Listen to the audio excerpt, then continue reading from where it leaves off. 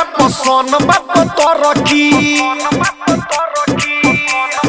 रे रे एको हल्ला वंडा में एको ही लड़की मुटकी बेकार बाप सोन बाप तरकी छुएला पठोरे त कान धरतिया ई समान वाली छमरी हगुमान करतिया ई समान वाली छमरी हगुमान करतिया ई समान वाली छमरी हगुमान करतिया ई समान वाली छमरी हगुमान करतिया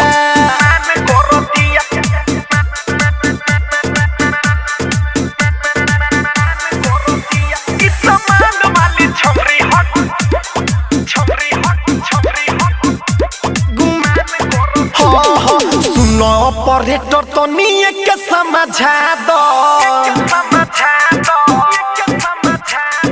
बनी रंगदार हमरा बारे में बता दो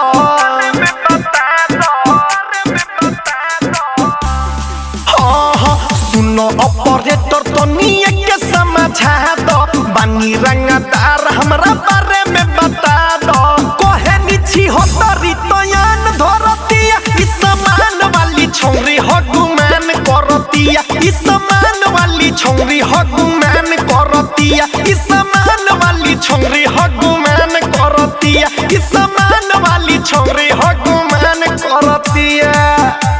गुमान करतिया ई समान वाली छौरी recording by Punjab lips Delhi.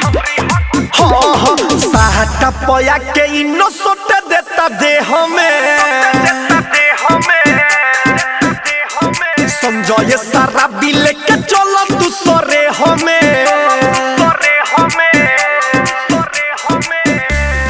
रे रे साहटा पया के इनो सोट देता देह में सौरभ ये सवार लेके चलो दूसरे हमें रतन रतन के चीज न दान करतिया ई समान वाली छौरी हगुमान करतिया ई समान वाली छौरी हगुमान करतिया ई समान वाली छौरी हगुमान करतिया ई समान वाली छौरी हगुमान करतिया।